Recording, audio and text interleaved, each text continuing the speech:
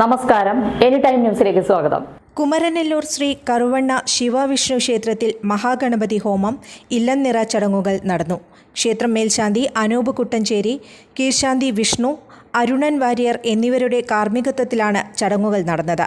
രാവിലെ നടന്ന മഹാഗണപതി ഹോമത്തിനും ഇല്ലംനിറയ്ക്കും നിരവധി ഭക്തജനങ്ങൾ പങ്കെടുത്തു. വൈകിട്ട് ഭഗവതി സേവയും നാമജപ സംഘത്തിന്റെ നേതൃത്വത്തിൽ ലളിതാ സഹസ്രനാമ പാരായണവും നടക്കും. News desk any time news. കൂടുതൽ വാർത്തകൾക്ക് ഞങ്ങളുടെ ചാനൽ സബ്സ്ക്രൈബ് ചെയ്യുക, ഫേസ്ബുക്ക് ഫോളോ ചെയ്യുക. വാർത്തകൾ വേഗത്തിലറിയാൻ എനി ടൈം ന്യൂസ്.